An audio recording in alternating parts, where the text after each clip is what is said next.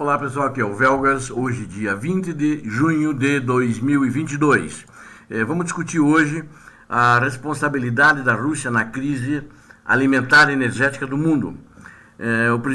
Quero começar citando aqui o presidente Volodymyr Zelensky, que considerou hoje, numa declaração que ele deu, que a África está refém da invasão russa da Ucrânia. Isso provoca fortes tensões no mercado de cereais para exportação para o continente. Antes de continuar, quero pedir a vocês: inscrevam-se no canal, deem seu like e compartilhem com suas redes sociais. Assistam até o final que vocês vão gostar. O que vocês vão ver aqui, vocês não vão ver em nenhuma outra mídia, tampouco tradicional ou não. O presidente Zelensky acrescentou também que a crise alimentar mundial durará tanto quanto a guerra provocada pela invasão imoral russa na Ucrânia. Enquanto isso, a guerra pode parecer distante para os países africanos, mas são os que têm uma grande influência, porque grande parte da safra ucraniana era destinada a países do Oriente Médio e da África. A guerra da Rússia e da Ucrânia abalou a política global e os mercados internacionais de recursos e provavelmente resultará em impactos a longo prazo nas economias e sociedades como um todo. Ou seja, não é apenas na África, mas em todos os continentes, seja nos continentes da América do Norte, América do Sul, né, América Central, Europa, em todo o mundo, né? A invasão imoral da Ucrânia pela Rússia continua a ser um evento global, no entanto, mas ele é sísmico, né? Cujas implicações o resto do mundo está lutando para entender. No campo de batalha, onde a Rússia pode ter esperado uma vitória rápida e fácil, a guerra já passou para uma fase muito desgastante. A Rússia não pode controlar a Ucrânia, mas é claro, a Ucrânia, em contrapartida, não pode expulsar as forças russas ou no instalar de dedos ou imediatamente do seu território, embora que está conseguindo segurá-las lá no leste europeu. Garantir que a Ucrânia possa expulsar rapidamente, acho que é impossível, mas ela com certeza tem condições de a longo prazo expulsar e retomar os territórios. É uma guerra muito desgastante e com muitos prejuízos para ambos os lados. Apesar da incerteza sobre como a guerra pode se desenvolver, a população ucraniana está firmemente unida. Foi feita uma pesquisa na Ucrânia que revela que 93% dos entrevistados acreditam que a Ucrânia vencerá a guerra contra a Rússia, e 98% veem a Rússia como um país hostil e não querem a Rússia. Mesmo aqueles que eram simpáticos da Rússia, vendo os crimes que foram perpetrados na Ucrânia, e muitos crimes, inclusive contra os próprios familiares daqueles que simpatizavam, não querem mais saber da Rússia e veem-a como hostil, como inimigos.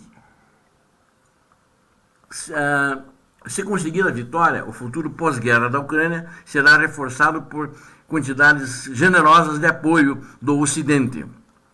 E também o futuro de longo prazo da Rússia, caso ela vença, tanto faz em termos de economia internacional, é incerto, quer vença, quer não vença.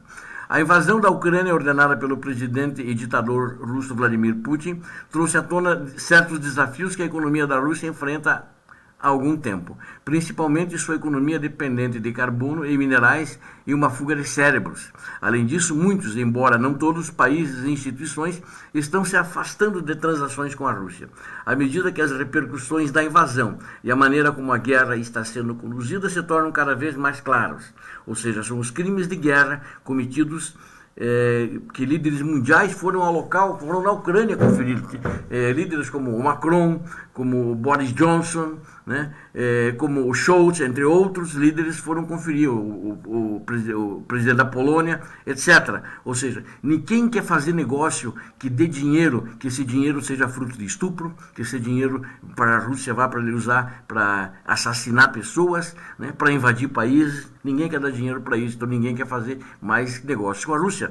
Resumindo, a Rússia tornou-se pária internacional. A invasão da Ucrânia pela Rússia marcou o retorno à guerra Estado a Estado, né? Algo que a Europa não experimentava desde 1945. Ele demonstrou completo desrespeito da Rússia pelo direito internacional. A atual crise global traz novos desafios. A invasão da Ucrânia pela Rússia marcou um retorno à guerra Estado a Estado, e isso fez com que esse desrespeito até um ponto histórico, do ponto de vista de segurança. O efeito imediato, além do sofrimento da população da Ucrânia, foi fortalecer o compromisso das nações ocidentais com as instituições multilaterais, em particular a OTAN e a União Europeia.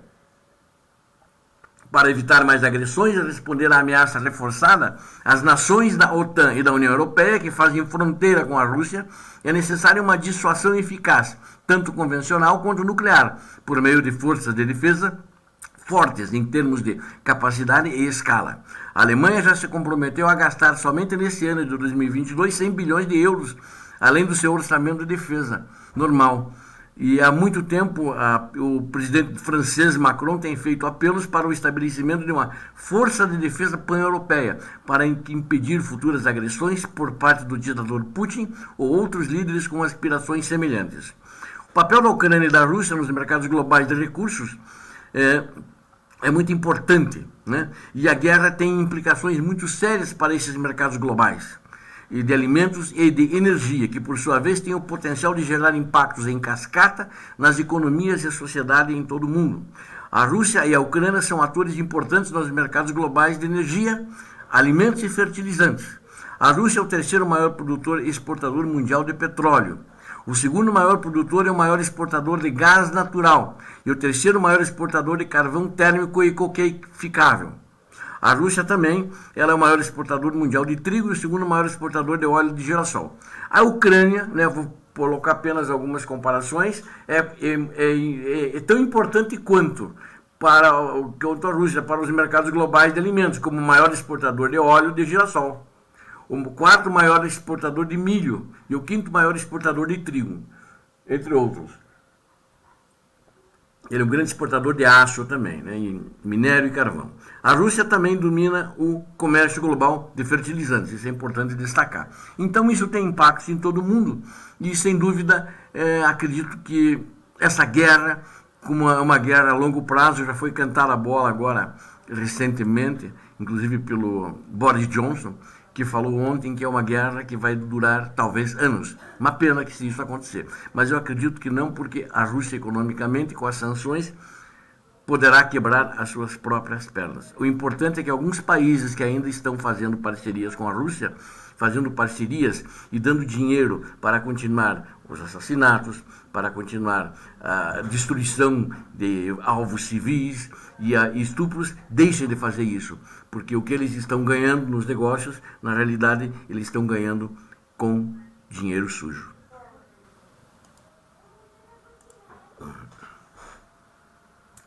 Existe um potencial muito grande para riscos em cascata. Como o conflito na Ucrânia provavelmente não será resolvido no curto prazo, o impacto nos mercados globais de recursos continuará a se fortalecer e com ele a probabilidade de efeitos cascata. Isso com certeza vai ocorrer. São efeitos cascata muito sérios nas economias e sociedades em todo o mundo. Esses efeitos cascata são frequentemente, que eu vou chamar assim, podemos chamar frequentemente de cascatas de risco, e podem ter impactos negativos muito rapidamente em lugares geográficos e setores distantes onde o evento original, que é a guerra na Ucrânia, está acontecendo. Situações passadas podem fornecer uma indicação do potencial de risco em cascata. Antes da crise atual, o pico mais dramático já registrado no preço dos alimentos ocorreu em 2010 e 2011. Isso foi impulsionado por uma onda de calor extrema que afetou a produção agrícola na Ucrânia e no oeste da Rússia. Os rendimentos caíram 30% em algumas regiões, com impacto significativo nos volumes de exportação. As corridas de mercado resultantes, aceleradas por restrições à exportação de países produtores nervosos com sua própria segurança alimentar, levaram à rápida inflação dos preços dos alimentos, que afetou famílias em todo o mundo, necessitando de ajuda alimentar para os economicamente marginalizados, como até inclusive no Reino Unido, por exemplo, aconteceu isso, necessitando dessa ajuda. A demanda emergencial em alimentos então aconteceu, e essa demanda mais emergencial, ela mais que dobrou em 2012 e 2013, em comparação ao ano anterior. A crise dos preços dos alimentos também levou a distúrbios alimentares em muitos países, e foi um fator que contribuiu para a Primavera Árabe, inclusive. A reconfiguração política do Oriente Médio e a crise migratória na Europa sentimento em vários países e teve consequências políticas para a unidade europeia na década seguinte. O atual conflito na Ucrânia pode trazer riscos em cascata ainda muito mais graves e de um alcance muito maior. A escala potencial de interrupções físicas e econômicas nos mercados de alimentos e energia aumenta a cada semana que a guerra continua, à medida que a Rússia se torna cada vez mais desengajada da comunidade global. E os governos de todo o mundo respondem com sanções ou respondem contra ela, porque ela se coloca contra o mundo, ela se coloca contra o mundo civilizado. E ao contrário dos picos dos preços de alimentos de 2010 e 2011, que não houve nada ficou contra a Rússia, né? Esse conflito está ocorrendo em um cenário de agitação existente e excepcional nas cadeias de suprimentos globais após a pandemia, inclusive do Covid-19, e uma já grave crise global do custo de vida. Então, eu vejo o seguinte, isso que a Rússia está fazendo é um crime. É um crime contra a humanidade. É um crime contra todos os países, né? E aqueles países que estão se alinhando a ela por alguns poucos parcos interesses comerciais transitórios, elas estão fazendo isso com dinheiro de sangue. Com dinheiro de sangue de vidas ucranianas. Acho que esses países deveriam repensar a sua situação e tomar uma outra atitude, uma outra postura para que a Rússia não faça mais isso. E ela só não fará crimes de guerra e crimes contra a humanidade se ela não tiver o apoio de países, quer seja da China, quer seja do Cazaquistão ou outro país qualquer. Obrigado a todos vocês que vieram até aqui assistir um vídeo. Tenho certeza que vocês gostaram. Capriche no gostei, no joinha. Compartilhem com suas redes sociais. Tenho certeza que o que você viu aqui não vem em outros canais.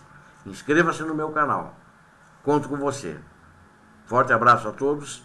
Deus abençoe a todos. Paz e bem.